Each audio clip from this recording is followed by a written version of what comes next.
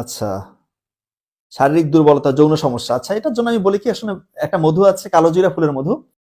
Psoriasis, psoriasis autoimmune disease, এটা আমি বারবার বলেছি, যাদের হয় তারাই জানে যে এটা কতটা ভয়ঙ্কর, কতটা মানে পীড়াদায়ক, একটা মানুষকে কতটা কষ্ট দিতে পারে, এটা আমরা জানি। সোরিয়াসিস যাদের হয়েছে তারা জানে যে তারা এটা মানে যারা ভুক্তভোগী এটা তারা জানে যে এটা কতটা কষ্টদায়ক। দেখা যাচ্ছে যখন একটা মানুষ রাত জাগে, সে স্ট্রেসের মধ্যে চলে যায়, ডিপ্রেশনে থাকে, ওর কিন্তু তখন সোরিয়াসিসটা বাড়ে। সত্যি কথা বলছি। এবং সোরিয়াসিস যদি আপনি কন্ট্রোলে রাখতে চান, এটা কিন্তু কন্ট্রোলের রোগ, কন্ট্রোলে রাখতে হবে। কোন রকমের হাবিজাবি এই যে ক্রিম টিম অয়েন্টমেন্ট এগুলো দিয়ে আসলে ওরকম লাভ হয় না, আমি দেখেছি তো। এটা হাই ডোজে ভিটামিন ডি যদি দেওয়া যায়, হাই ডোজে ভিটামিন ডি দিলে সোরিয়াসিসটা অনেকটা কন্ট্রোলে থাকে। হাই ডোজে ভিটামিন ডি সেটা কতটুকু লাগবে, সেটা আপনার অ্যাপিয়ারেন্স দেখে, আপনার সোরিয়াসিসের রূপটা দেখে আমরা বুঝতে পারবো যে কতটুকু ভিটামিন ডিটা আপনাকে দিতে হবে। এর পাশাপাশি এখানেও কিন্তু ওই লাল চালের ভাতটা আপনাকে খেতে হবে। লাল চালের ভাত খাবেন। সন্ধ্যার পরে কোনো কিছু খাওয়া যাবে না, সন্ধ্যার পরে কোনো কিছুই খাওয়া যাবে না, এই জিনিসটা মাথায় রাখতে হবে। সন্ধ্যার পরে খাবেন না, সকালে ব্রেকফাস্ট করবেন 9টার পরে। সোরিয়াসিস নিয়ে কথা বলছি, সোরিয়াসিস 9টার পরে আপনি সকালে ব্রেকফাস্ট করবেন এবং সন্ধ্যার পরে কোনো কিছুই খাবেন না। খাওয়া দাওয়ার মধ্যে অনেক রেস্ট্রিকশন রয়েছে এখানে, যেমন সাদা চালের ভাত চলবে না। আটা ময়দা দিয়ে যত খাবার পৃথিবীতে রয়েছে, সেটা হোক রুটি, পাউরুটি, বিস্কিট, চানাচুর, cake, noodles, pasta, burger, sandwich, সিঙ্গারা, মানে যত খাবার এক কথায় আমাদের আটা ময়দা দিয়ে হয়, সাদা আটাটা স্পেশালি গ্লুটেন যুক্ত যে খাবারটা, এটা খেলে কিন্তু সোরিয়াসিস বাড়বে।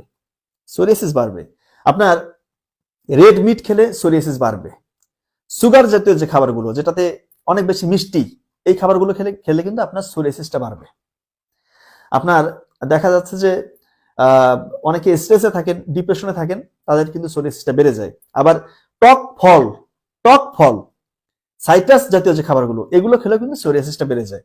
তো এই খাবারগুলোকে অ্যাভয়েড করতে হবে। তাহলে খাবেনটা কি? খাবেন হচ্ছে লাল চালের ভাত, বেশি করে সবজি, সালাদ। আপনি মাছ মাছ খাবেন, প্রচুর মাছ খাবেন। নারকেল খেতে পারেন, বাদাম খেতে পারেন। যাদের ডিম খেলে সমস্যা না, তারা ডিম খাবেন। এই খাবারগুলোর মধ্যে সীমাবদ্ধ থাকতে হবে। আর আমরা প্রেসক্রিপশনে জাস্ট ভিটামিন ডিটা একটু দিয়ে দেই, সাথে একটা অয়েন্টমেন্ট দেই।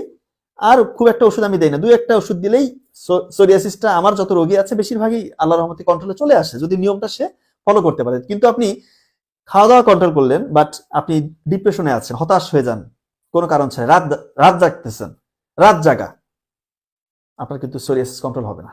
এই জিনিসটা মাথায় রাখবেন। আচ্ছা, শারীরিক দুর্বলতা, যৌন সমস্যা। আচ্ছা, এটার জন্য আমি বলি কি, আসলে একটা মধু আছে কালোজিরা ফুলের মধু। এই মধুটা খেলে দেখা যায় এটা অনেকটাই টেস্টোস্টেরন হরমোনকে বুস্ট আপ করতে পারে। মধু তো নরমালি ভালো, তবে কালোজিরা ফুলের যে মধুটা, এটাতে বৈজ্ঞানিকভাবে প্রমাণিত এই মধুটা ভালো। এই মধুটা নরমালি ভালো। আপনারা যদি খাঁটি কোনো কালোজিরা ফুলের মধু পেতে পারেন, কোথাও ম্যানেজ করতে পারেন আর কি, কালোজিরা ফুলের মধু। এই যে কালোজিরা ফুলের মধু, এটা খেলে কিন্তু ডেফিনেটলি ছেলেদের স্পেশালি টেস্টোস্টেরন হরমোন কিছুটা হলে ধীরে ধীরে বৃদ্ধি পায়। আপনি নিজেরা খেলেই বুঝতে পারবেন যে আপনার ইমপ্রুভমেন্ট হচ্ছে কিনা। খেলে তো আর লস নাই কোনো। কালোজিরা ফুলের মধু আপনি খাবেন স্পেশালি রাতের বেলা, রাতে ঘুমানোর আগে 2 থেকে 3 চা চামচ খেতে পারেন। আর বিকেল বেলা একটা খাবার খাবেন, ছেলেদেরকে বলছি, যারা নিউলি ম্যারিড অথবা যাদের বৈবাহিক জীবনে খুব সমস্যা ফেস করছে, তাদের জন্য একটা খাবারের কথা বলি। আপনার বিকেল বেলা 2 চামচ ঘি, খাঁটি ঘি, 2 চামচ মধু, এই কালোজিরা ফুলের মধু, 2টা খেজুর, ভালো মানের খেজুর, আর আপনার হাফ বয়েল সিদ্ধ ডিমের, স্পেশালি হাঁসের ডিম হলে ভালো হয়, হাফ বয়েল সিদ্ধ ডিমের 2টা কুসুম, এটা মিক্সড করে যদি কেউ খেতে পারেন। আবার বলছি, 2টা হাফ বয়েল সিদ্ধ ডিম, মানে হাঁসের ডিমের ভালো হলে ভালো হয়, এটার সিদ্ধ ডিমের যে কুসুমটা, এই 2টা কুসুম, 2টা খেজুর, ভালো খেজুর হতে হবে, 2 চামচ ভালো ঘি, আর 2 চামচ কালোজিরা ফুলের মধু, এটা যদি মিক্সড করে খান, ডেফিনেটলি আপনার দেখবেন যে অনেকটাই আপনার শারীরিক স্টেবিলিটি বাড়বে, যৌন দুর্বলতাটা কেটে যাবে ইনশাল্লাহ। আপনার এটা প্রমাণিত, ইনশাল্লাহ আপনার খেয়ে দেখতে পারেন। এখানে আমার নিজস্ব কোনো লাভ নেই ভাই, আমার এগুলো আমি কোনো এগুলা প্রোডাক্ট সেলও করি না, এখান থেকে আমার 5 পয়সা লাভ আসবে না। আপনাদের জন্যই বলছি, আপনারা খেয়ে দেখতে পারেন, ঠিক আছে? তবে আরেকটা বিষয় বলি, যে সন্ধ্যার পরে আপনি খাবেন না। যাদের এই সমস্যার মধ্যে দিয়ে যাচ্ছেন, যাদের এই যে যৌন সমস্যা রয়েছে, আপনারা সন্ধ্যার পরে খাবেন না, ভরা পেটে আপনারা করবেন না, ইন্টারকোর্স করবেন না, এই বিষয়গুলো মাথায় রাখবেন। আর সকালবেলা আর্লি উঠবেন, ফজরের টাইমটাতে পারফরমেন্স ভালো পাবেন, এই বিষয়গুলো মাথায় রাখবেন আর কি, ঠিক আছে?